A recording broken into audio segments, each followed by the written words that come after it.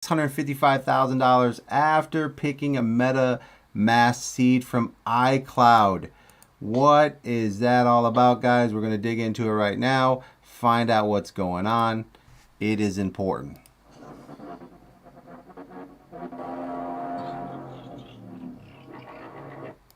Welcome back, guys.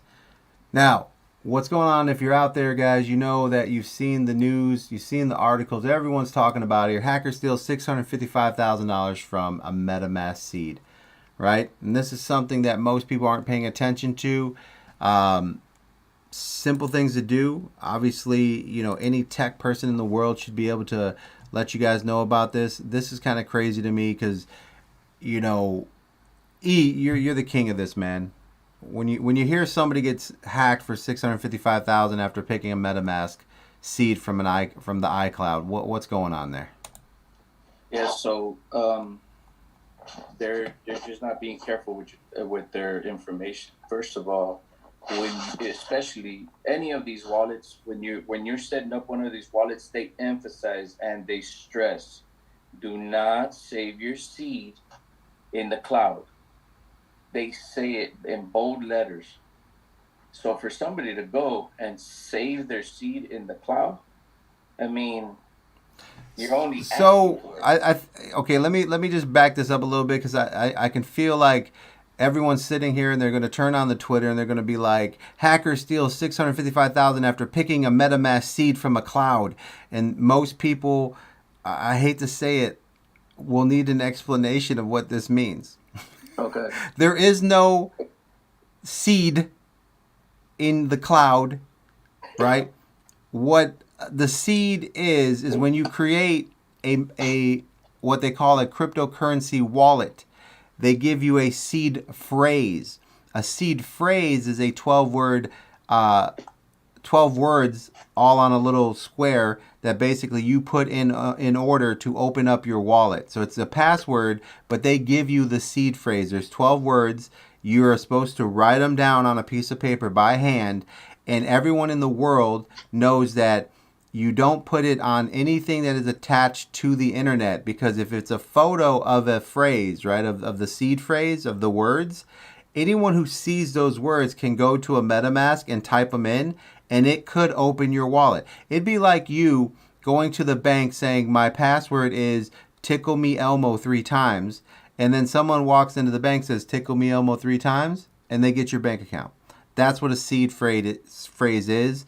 So the seed from the iCloud simply means somebody did a snap photo on their phone of the seed phrase of the 12 words that opened their MetaMask, and then they stored it. And it literally, what happened was, they were completely unaware of this. The iPhone took it and stored it on the iCloud, because unless you shut it off from taking all your information, it stores everything on the iCloud. And somebody was randomly. So how easy for someone to randomly go through a bunch of different iClouds? It's very easy, man. They can just get a library of emails. It's like uh, getting you know how they do a marketing campaign, Mm-hmm. and the marketing campaign, it always captures people's emails. Well, just with the list of a marketing campaign, you get those emails and you start pushing them to see who has a weak security in it on those iCloud accounts. Oh, And wait, by wait, weak, wait, wait, wait, wait. So you're yeah, saying that anybody, so all these people sitting around with these backgrounds in security and all this, so the iCloud is so unsecure that all you need is an email from somebody to go look, and then you can like literally try to hack into their cloud that easily. yeah. If as long as you have their email, if you were to brute force it, in other words, let's say your email is mine at icloud.com. I can brute force that email with a dictionary saying try a dictionary from 0 through 9, A through Z, with as all the combinations possible with those with those letters, characters, okay? And it will hit your email until it grabs the password. If it grabs the password and lets it in, that means you did not have two-factor authentication. So that's why it's easy for a hacker to get into an email. So That's basic, one way. So the That's one way. email, you need to protect your email, especially in this new day and age. You got to start like thinking that your email is like very sensitive because if they have Because your email, your email should be like your bank account. Oh my gosh. that's I mean, I mean think about everywhere you go and what do they ask you for? Your email. You want to sign up for a T-shirt at the ball game? Wow. I need your email. Your email. You're handing this, guys. I can't stress the importance of what I'm hearing here. Not only like where you guys are understanding that you shouldn't connect your wallets with your main email. Like you should connect a secondary email, right? Separate from all the other stuff that you're getting hacked with, that is only used to enter, or basically is only used to authenticate when you need to get into like or make a trade or to withdraw money from a certain account. You go to that one specific email just to get the 4-letter passwords or a secondary phrase. And most people have what he was talking about. We say 2 or 3 authentication. Like Yeah. what I mean, what do people need to do here? So go into your emails, and it doesn't matter. It doesn't have to be iCloud, but whatever email source you use, let it be Yahoo, it be Gmail, it be iCloud, whatever your email is. Go into your settings, look for security into your settings, and they 99% of the time they have the feature where you can enable two-factor authentication. What that does is that will put another layer of security on top of you having a password, and that other layer is using something that you have in on your person to authenticate to your email.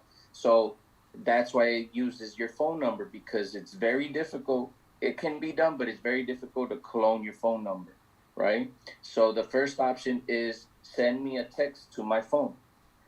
That's one option. Two, you can use what now is called Google Authenticator, Microsoft Authenticator. It's an app you download from them locations, and then you activate it with your email. And every time you go and log into your email, the service provider, either Yahoo, Gmail, will send a code to that application.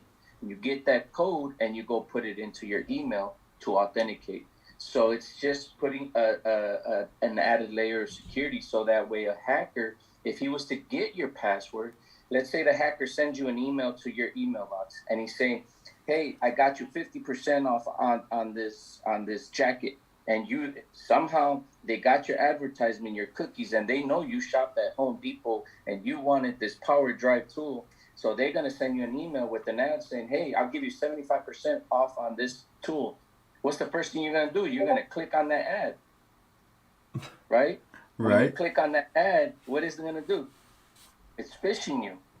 It takes your information, and 9 times out of 10, people have their passwords saved on their computer so that they don't have to enter it all the time. So that phishing event just took all of your cached information.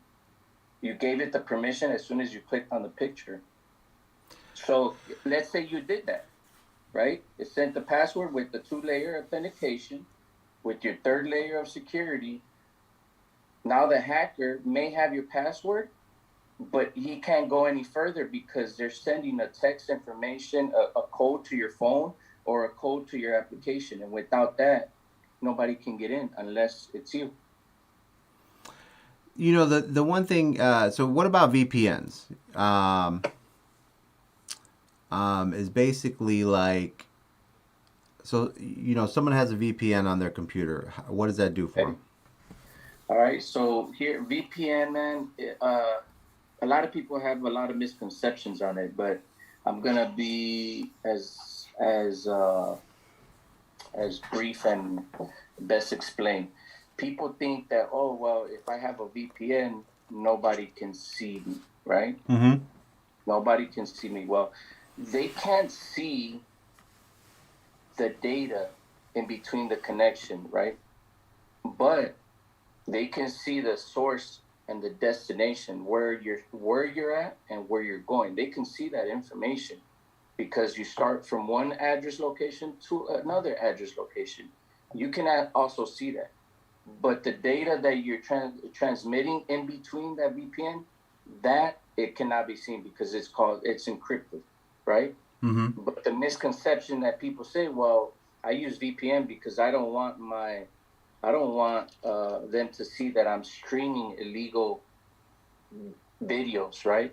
Or I don't want them to know that I'm on an illegal application where I'm trading these coins. I'm gonna give you that example, right? Mm-hmm. Well, if let's say you were being investigated, all they need is enough information that source A is going to source B. And how would they know that it's you? Because if you're in your home, you still have to go through your service provider. You can't encrypt that information. And the service provider, by law, is obligated to give that information to the government. So therefore, you're over here thinking, yeah, you're protected and they can't see what I'm streaming. No, buddy. They can, as long as they have source and destination, you're going to an illegal destination. That's enough evidence that they need. Yeah, they get hunted down. So on security side, let's say, I think everybody has to go. And so I think the biggest thing about what's happening with this story right now is that everybody is kind of just like going, hey, everyone, it's an Apple cloud thing. Go to your Apple settings and tell it not to take your photos off your phone and put it on the iCloud. And they're going to store their photo still on their phone. Now, Apple's obviously a more secure device than most out there, right? So yes, I think so. Yeah, I think so too. So is that would you say by taking a screenshot of your seed phrase password, as long as you're not on the cloud, is still a good idea, or at least somewhat safe? If you keep it on your phone, I think it is safe if you have your phone protected. It's not recommended because you can always lose your phone and people may not have it protected. So that's where that comes in, as to say where that's why it's not recommended, right? But if I think I would follow the best practices. That's my recommendation, and the best practices is to write it down on a paper ledger and put it away safely. I would not recommend to anybody to keep it electronically. I just would not. So, two things we got here. So, one would be like with iPhones, you obviously need to shut off the cloud because you don't want to just throwing your pictures up on a cloud where everyone can just hack into. If it's on your phone, what's the best way to secure your iPhone? You make sure that you have a PIN code on there. Make sure that it's not an easy PIN code. Make sure that nobody knows your PIN code. Also, you can do facial recognition, but there's also some things that make me go against facial recognition, because if you were to get a photo, no, let's say you're at the wrong place at the wrong time, and it's in the middle of a crime, the police can pretty much take your phone without your permission and put it to your face and unlock it. Okay, so you need a good PIN. So first thing they do, they turn off the iCloud updates. They put security in there, and then what else do they do? They can go and do like a what can they add to their phone where they do like 2-layer security? Yeah, so for the iCloud, just go into iCloud.com and enable, into your phone. Go into your phone, into the security settings. There's an option where it says you'll see your picture, and you'll click on that to go into your iCloud settings. There's a security option, and it should say, an option to enable multi-factor authentication or 2-factor authentication. Hey, let's do that. So I'm doing this right now as I'm looking. So well, before you do that, the one thing you got to do is shut off your iCloud kind of thing. But I mean, this is only, Kim, this is only if you're like your seed phrase is going into your phone. You know what I mean? But then you need to also, if you've taken a photo of your seed phrase, it's on the cloud. So you would need to, go to the cloud and get rid of it. I don't take photos. Is there a way to lock the cloud with a two phrase situation? Yeah. That just how I'm explaining it. Oh, okay, so that's what you're doing. So you could keep So- your iCloud connected to your phone. You just need to put some security on it. Yeah. Here's what you could do. You know, on your phone you'd go to security settings, right? And then under settings you'll see your name, and then under it it'll say Apple ID, Uh-huh. iCloud. Apple ID and iCloud. You click on that. Once you click on that, then you see all kind of setting options. You'll see your name, phone number, email, password and security, shipping and payment, subscriptions. You press on password and security, Mm-hmm. and let me see. And there it is. You would see. Oh, yes. I've got it on. Two-factor authentication. Now that would also protect your cloud. Yes. I So do if you have go to it. iCloud.com, you would need two-factor authentication. And what it does with Apple when this is enabled, man, it tells you exactly like the IP address and the geolocation of where they're attempting to log on from. So instead of everyone freaking out see, that was the funniest thing because I seen some videos in today, and the influencers were like, you have to go right now and shut off the iCloud. And I was thinking to myself, like, you do know that once you take a photo, it's in the iCloud. Mm-hmm. So you don't need to take the iCloud off your phone. What you need to do is put security on the iCloud. Yeah, I mean it's just you need to put security on the account that's managing your phone. Let's put it that way better, because the email that's managing your phone, every phone, every Apple device that you purchase, it needs to be linked to an email Right. address, right? That email address then becomes like your doorknob to the phone per se, right? And once it's the doorknob to your device, you need to put some security on that doorknob. Yeah, because I mean that when you get an Apple device, you move your devices based on your email. So the email is essentially your home, and you're just replacing the door every time you Yes. buy a phone. So you just Yes. need to, when you put the door in, you're putting the lock back on this new door. Mhm. You have Yep. to protect the house code, and that's Yeah. done by going into the security, putting the settings, and that way you don't have to worry about people hacking your iCloud, because in order to get your iCloud, they have to have the two verification methods set up, which you set up on your phone.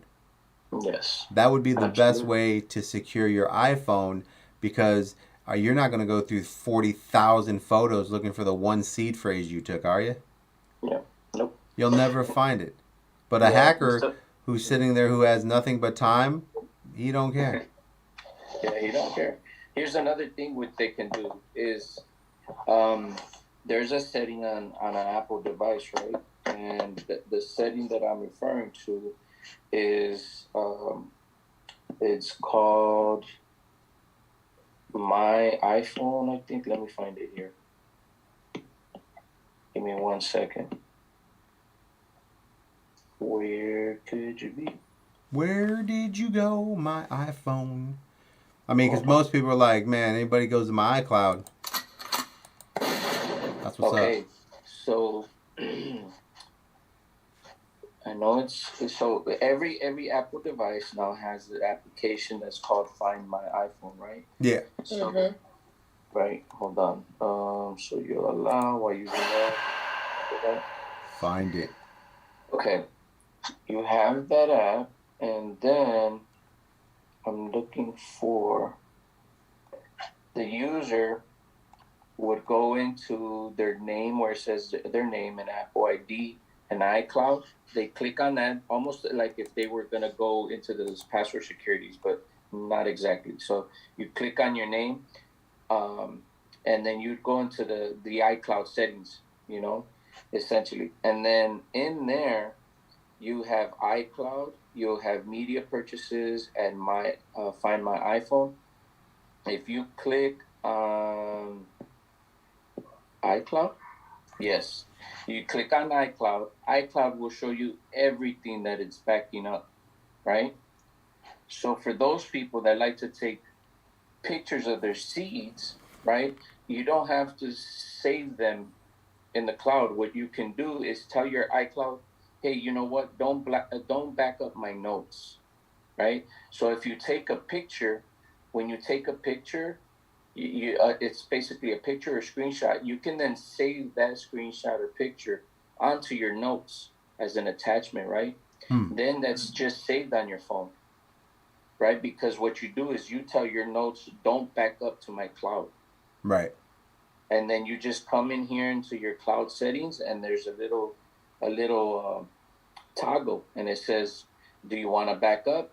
You turn it on. If you don't, you turn it off. So if you're used to, hey, I'm gonna back up my seat on my phone, well, Put in the okay, notes. do that. You save it on your notes. But here's where I give you some caution on that. If you lose your phone or your phone dies, you're never gonna recover that seat. That's why it's not recommended. Right. You always want to write it down and put it in your safety deposit box, lock it up in a safe, but you can also store it in your notes when you're on the run. Yes. Now, the second thing before we wrap it up, obviously, I this was really focused on the iPhones, and I just thought that, covering it because it did, when everyone was like, oh, just shut off the iPhone iCloud, you're safe, and I was thinking to myself, the world I live in today, where you're not smart enough to remember that the photo's already up there, bro. But so you need to really secure your iCloud is what we need to come down to. The second thing that I noticed was that, and you bring this up, E, and I wasn't even thinking about it because I don't really, it wasn't something that dawned on me. But Google, like this is also something for not just iPhones but Android users because Yeah. they're backing everything up as well onto the Google, right? The Google Drive. Yeah. Here's why I left Android, man. Android's systems is like open source, right? And Android allows unregistered developers to put applications in their market. And what do people like to do? They Download. like to go in the market and just download apps like crazy. Oh, just let me see what this app is. Well, I learned early on that when you do that, you don't know what you're downloading. You give pretty much 100% access to an unregistered developer, quote unquote, to Yeah, so the unregistered developer comes in. He's putting all type of malware in your phone. So I mean, I think what we have to do is so for an Android user here, or yeah, most Android users, I'm back. yeah, I covered for you. So for Thanks, for, man. for most for most Android users, right? Yeah. They have the backup where it always happens where it's like, hey, I mean, I think a lot of people go into shock when one day they get an email and it's like five of your photos all photoshopped put together in a gallery and you're like, what the, like your phone made made a collage for you and you didn't even know that it was stealing your photos. Yeah. So Yeah. what do you have to do on the Android side? I mean, because this is a problem for Oh. anybody with a cell phone. Like Yeah. they're gonna have to And fix then this. on the Android side, you can do pretty much the same thing. You make sure whatever email account you have it linked to, you make sure that email account, because in general, if it's Android, it uses a Gmail account. Mm. Essentially, normally. Yeah. But if it is any other provider, 100% make sure that wherever that email links back to, you go to Gmail and log into that email and make sure you enable two-factor authentication. Another recommendation is to go into your Android settings and make sure that you have disabled to allow unregistered developers for applications to be allowed on your phone. Like disable that feature. So if you're adding any application, it has to come from a registered developer that's Google approved. Oh my God. I mean, when you say it, it sounds so stupid. Yeah. Like to me, I'm thinking to myself, like, why are you putting apps on a store where everyone's downloading apps because they trust you, and these are malware? Everyone's wondering how they're getting hacked, and it's because of these companies that don't care about you. Like Google I mean, how are you going to allow something on your app store to be offered to all your Android users that has malware in it, and the all I have to, and this is the problem, right? Can you say, well, maybe they don't know? Well, if all I have to do is go on my phone and click on a setting that says not registered, don't rob me, and that stops it from coming in, like why don't they just do that on their damn website? Like unregistered apps not allowed in the App Store. How simple is that? Well, I mean, we should all sue Google. Well, I think a lot of people are, man, but just it's Let not me made send public. me the class action I want in. I got 7 phones. All right, they owe some money to this guy here. I'm telling you, man. Look, all you have to do is reach under my desk. You'll pull something here. Here's an Android. Here's an Android. Here's an Android. I mean, guys, Google owes me some cash, bro. So Yeah, man. it's just insane, man. So that's another thing to go in there. Google how to block unregistered apps from working, so that way when you guys are just googling random apps, Google's not basically putting a Trojan horse into your phone. How ridiculous is that when you say it out loud? The thing is, man, that I think this part comes in as to Google really didn't care. Google really cared about the money, because the more people that download it, the more money they'd make. And if they added unregistered developers, then there would be more downloading, more money to be made for Google. You know what I mean? But now now that they're getting pressed by the U.S. government, their president or CEO or whatever you want to label you want to give him, he says, no, our first priority was to, the security and of our customers. Well, you know what they did to show that they cared about the customers? All they did was put that toggle in there to say that the customer would go in there themselves and enable or disable the setting, just like it is now with your Apple device and your Android device, that if you don't want to be tracked, you have to go in there and disable all the tracking features or all the advertisement features that these phones have. You have to manually go in there and disable it. It's not disabled by default. So therefore, these companies, they said, well, yes, we have been taking their information, but it's with their consent, because there's an option on the phone that says, do you want to enable or disable this feature? And they don't tell you that when you buy the phone. If you're not watching social media and these people are not showing you how to do it, you don't know that if you go into your iPhone, there's actual settings in there that track every place you've been to.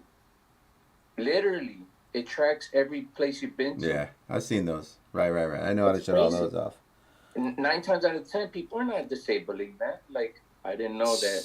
Man, dude, one out of 100,000 are disabling that.